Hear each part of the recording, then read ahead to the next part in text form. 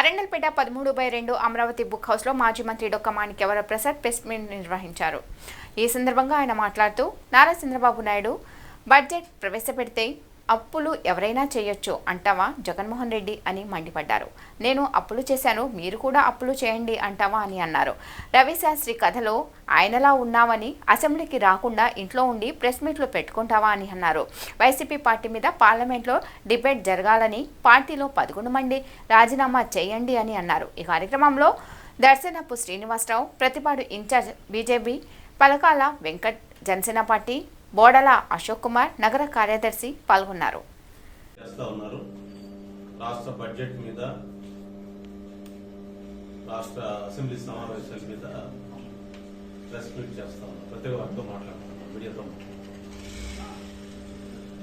ఎంత జుగుప్సాకరం అంటే ఒక ఎలక్టెడ్ ఎమ్మెల్యే, మాజీ ముఖ్యమంత్రి, ప్రతిపక్ష నాయకుడు అసెంబ్లీని బాయ్కాట్ చేసి, ప్రజాస్వామ్య దేవాలయమైన అసెంబ్లీని బాయ్కాట్ చేసి, నేను దేవాలయంలోకి రాను, నేను దెయ్యాల కొంపలో నుంచి మాట్లాడతాను, మీరందరూ వినండి అని ఒక రామ్ గోపాల్ వర్మ దెయ్యాల సినిమా చూపిస్తా ఉన్నా.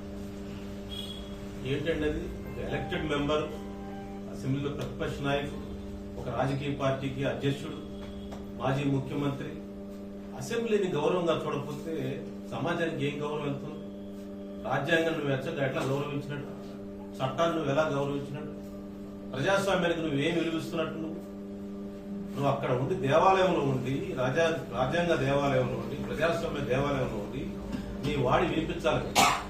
నువ్వు దెయ్యాల భూతాల హౌస్ లో ఉండి నువ్వు మాట్లాడితే, తాడేపల్లి కాంప్లెక్స్ నుంచి మాట్లాడితే అది ఏ సంకేతాలు ఎందుకు? నీకు అది నెగటివ్ సంకేతం కాదా ప్రజాస్వామ్యాన్ని? ఏ విలువలకు నువ్వు ప్రతినిధి? నువ్వు నాకు అర్థం కాదు. అందువల్ల అతని యొక్క చర్యని, అసెంబ్లీని బాయ్కాట్ చేసి తాడేపల్లి కాంప్లెక్స్ నుంచి అసెంబ్లీ దేవాలయాన్ని బహిష్కరించి దెయ్యాల కొంపల నుంచి మాట్లాడుతున్న పత్రికా వాక్యాల్ని, మీడియా సమావేశాన్ని తీవ్రంగా ఖండిస్తాం. ఏంటా పరిస్థితి? అలా చేయవచ్చా? అదేవిధంగా తన బడ్జెట్ లో అంట తన 5 సంవత్సరాలు నేను అప్పులు చేశాను, ఇప్పుడు మీరు కూడా అప్పులు చేస్తున్నారు. అప్పులు చేయటం అనేది మామూలే. అదేంటండి ప్రభుత్వం నువ్వు ఇచ్చే సలహా అదే? నేను అప్పులు చేశాను, మీరు అప్పులు చేయండి అని చెప్పడం ఏంటి? నువ్వు ప్రతిపక్ష నాయకుడిగా, నువ్వు పెద్ద బిజినెస్ మ్యాన్ కదా, నువ్వు సంపద ఎలా సృష్టించవచ్చో నీకు తెలుసు కదా. నీకు అసలు ఏం డబ్బులు లేకుండా లక్షల కోట్లు ఎలా సంపాదించాలో నీకు తెలుసు కదా. అసలు పెట్టుబడి లేకుండా కంపెనీలు ఎలా సృష్టించవచ్చు, అసలు పెట్టుబడి లేకుండా లక్షల కోట్లు ఎలా దోచుకోవచ్చో నీకు బాగా తెలుసు కదా. నువ్వెందుకు నీ సంపద ఎలా సృష్టించాలో చెప్పొచ్చు కదా నువ్వు రాష్ట్రానికి. అదే ప్రెస్ మీట్ లో ఏం చెప్తాడు ఆయన? నేను అప్పులు చేశాను, నేను చేసిన వాటి వాస్తవే, మీరు కూడా అప్పులు చేయండి. ఇదే ఒక ప్రతిపక్ష నాయకుడిగా నువ్వు ఇచ్చే సందేశం. ఇదే బడ్జెట్ మీద నీ ప్రసంగం. ఎంత ధైర్యం నీకు ప్రజాస్వామ్యంలో? దీన్ని తీవ్రంగా ఖండిస్తున్నాను.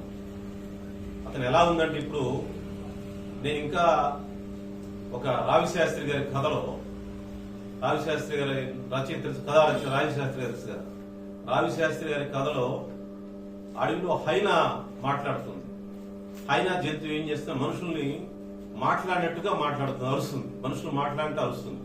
అంటే మనిషి అనుకోని లోపలికి మనుషులు వెళ్తే తినేస్తుంది అనమాట. అంటే రాష్ట్ర ప్రజానీకాన్ని మళ్లీ తినేయటానికి అతను ఒక వల పన్నాడు. రావిశాస్త్రి గారి కథలో హైనాలాగా మాట్లాడుతున్నాడు. హైనాలాగా మనుషులు తీయటి మాటలు మాట్లాడి సంగీతం వినిపించి మనుషులు తినేయటం, దాని హైనా లక్ష్యం. అలాగే ఇప్పుడు ప్రజలకి అప్పుడు ఆయన చేస్తాడు, నేను చేశాను, ఇప్పుడు చేసుకోవచ్చు అప్పులు అని ఒక పెద్ద నీతి కథ రావిశాస్త్రి గారి కథలో అయినాలాగా ప్రజల్ని మోసగించే కథ ఒకటి చెప్తా ఉన్నాడు ఆయన. తీవ్రంగా ఖండిస్తాను. ప్రజాస్వామ్యంలో అసెంబ్లీని బాయ్కాట్ చేసి నువ్వు ఇంట్లో ఉండి ప్రెస్ మీట్ పెడతావా? అట్లీస్ట్ బజార్కి రాలేవా? At least assembly ప్రిమిసెస్కి వెళ్ళలేవా? ప్రిమిసెస్కి వెళ్ళి ప్రెస్ మీట్ పెట్టు, బాయ్కాట్ చేయి, లేకపోతే అక్కడ వినిపించు. నీకు నీ వాడి అసెంబ్లీ చూడటానికి నీకు భయం, అసెంబ్లీకి వెళ్ళడానికి నీకు భయం, అసెంబ్లీలో ప్రజలు ఫేస్ చేయడానికి నీకు భయం అంటే నీకే అధికారం ఉంటుంది. ఎప్పుడు నువ్వే అధికారంలో ఉండాలి, ప్రతిపక్షం ఉండలేరా మీరు? ఏం ధర్మం ఇది? నేను ఎంత జుగుత్సకరంగా ఉన్నట్టు ఇది అసెంబ్లీని గేలు చేస్తున్నట్టు. బాబాసాహెబ్ అంబేద్కర్ రాజ్యాంగాన్ని, పార్లమెంటరీ సాంప్రదాయాల్ని కుప్పగూల్చేశాము. రాజకీయాల్లో మీలాంటి సభ్యుడు ఎలక్ట్ కావచ్చా? ఇలాగా పార్లమెంట్లు బహిష్కరించడం, అసెంబ్లీని బహిష్కరించడం, ప్రొటెస్ట్ చేయొచ్చు. పార్లమెంటు సాంప్రదాయాలు ఒక నిరసన తెలియజేయచ్చు. కాస్త నేను రానుకోండి, నేను ఇక్కడ నుంచి మాట్లాడతాను, మా ఇంట్లో నుంచి దేవాలయానికి రాను, దెయ్యాల పంపు నుంచి మాట్లాడతాననే ఒక నినాదం చాలా తప్పు. ఇది హైనా, రావిశాస్త్రి కథలో హైనాలాగా ప్రజల్ని వంచడం, మనుషులు భాష మాట్లాడినట్టు మాట్లాడి ప్రజలను మోసగించడం, తినేయటం, మళ్ళీ రాజకీయ అవతారం ఎత్తడానికి కొత్త అవతారం ఎత్తుతా ఉన్నాడు. ఇది చాలా మోసం, ఇది నయవంచన, ఇది ప్రజాస్వామ్యానికి అభాస్పాలు చేయటం. ప్రజాస్వామ్యం కంటే నా ఇల్లు గొప్పదని చెప్పటం గతంలో నువ్వు చేశావు. అసెంబ్లీకి వెళ్లకుండా, అసెంబ్లీ అంటే ఒక ఇన్స్టిట్యూషన్, పార్లమెంట్ సెక్రటరీ అంటే ఒక ఇన్స్టిట్యూట్. సెక్రటరియట్ లో సచివాలయం ఉంటుంది, ఆ సచివాలయంలో అధికారులు ఉంటారు, చీఫ్ సెక్రటరీ ఉంటారు, సెక్రటరీస్ ఉంటారు, సిబ్బంది ఉంటుంది, గ్రీవెన్సెస్ ఉంటాయి, ఎమ్మెల్యేలు ప్రతినిధులు వచ్చి వాళ్ళకి కావాల్సిన గ్రీవెన్స్ తీసుకుంటారు. నువ్వు అసలు సెక్రటరియట్ బాయ్కాట్ చేసి ఆ ఇన్స్టిట్యూషన్ మీద గౌరవం లేకుండా నువ్వు ఇంట్లో వచ్చి పరిపాలించావు. ఇప్పుడు మళ్ళీ ఎట్లా చేస్తానంటున్నావు? మళ్ళీ ప్రతిపక్ష నాయకుడిగా కూడా నేను అసలు అసెంబ్లీకి వెళ్ళను, నేను ఎక్కడికి వెళ్ళను, నేను ఇంట్లో వచ్చి మాట్లాడతాను, నేను అసెంబ్లీ దేవాలయానికి వెళ్ళను, నా తాడేపల్లి కాంప్లెక్స్ దెయ్యాల పంప నుంచే నేను మాట్లాడతాను అని చెప్పే ఒక విధానం చాలా దుర్మార్గం, రాజ్యాంగ వ్యతిరేక చర్య. స్పీకర్ గారికి నేను విజ్ఞప్తి చేస్తా ఉన్నాను, ఈ యొక్క atrocity on constitution, atrocity on democracy, atrocity on all people's will, దీన్ని మీరు సీరియస్ గా తీసుకోవాలి. సభ్యుల్ని మీరు డిస్క్వాలిఫై చేయాలి. లేదా జగన్మోహన్ రెడ్డి ప్రెస్ మీట్ పెట్టే బదులు మీరు రాజీనామా చేయండి. మీకు ధైర్యం ఉంది కదా, మీకు మీ 11 మంది రాజీనామా సెలక్షన్ పోయి 6 నెలలు ఎలక్షన్ వస్తాయి. ఎంతమంది ఎలక్ట్ అవుతారు చూద్దాం. ప్రజాస్వామ్యంలో ప్రజలు ఎలా స్వీకరిస్తారు చూద్ది. అంటే ప్రజాస్వామ్యాన్ని ఛాలెంజ్ చేస్తా ఉన్నారు. జాతీయ పార్టీలు కూడా ఆలోచించాలి, ఈ విషయాన్ని తీవ్రంగా ఆలోచించాలి. తీవ్రవాదం ఇది ఒక ప్రజాస్వామ్య తీవ్రవాదం, ప్రజాస్వామ్యాన్ని గేలి చేయటం. మొత్తం పార్లమెంట్ ఆలోచించాలి.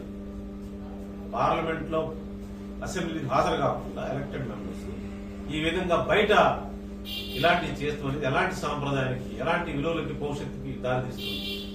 పార్లమెంటరీ విలువ ఉంటుందా? సాంప్రదాయానికి విలువ ఉంటుందా? ఈ పార్లమెంటరీ సాంప్రదాయానికి, పార్లమెంటరీ ప్రజాస్వామ్యానికి విలువ ఉంటుందా? ఒకసారి ఆలోచించాలి. అందరూ కూడా ఢిల్లీ పెద్దలు ఆలోచించాలి. పార్లమెంట్ లో చర్చ జరగాలి కదా. వైసీపీ పార్టీ చేస్తున్న ఈ విధానం ఎంతవరకు కరెక్టో పార్లమెంట్ లో డిబేట్ జరిగే అవసరం, ఈ పార్టీ డిస్క్వాలిఫై చేయాలి. ఏంటంటే ఇది నాకు అర్థం కాదు. అసెంబ్లీని, పార్లమెంట్ ప్రజాస్వామ్యాన్ని ఒక అవుటరేజ్ చేస్తావా? ఎంత దుర్మార్గం ఇది. దీన్ని తీవ్రంగా ఖండిస్తున్నాను. బడ్జెట్ పై ఆయన నీతులు చెప్తున్నాడు, అప్పులు ఎవరేం చేయొచ్చట. అంటే ఇది ఎలా ఉందంటే, రావి శాస్త్రి గారి కథలో హైనా, 6 సార్ల కథలో హైనా ఉంటుంది. హైనా లాగా ప్రజలను వంచన చేయడానికి సిద్ధపడుతున్నాడు. ఇది తీవ్రంగా ఖండిస్తున్నాను.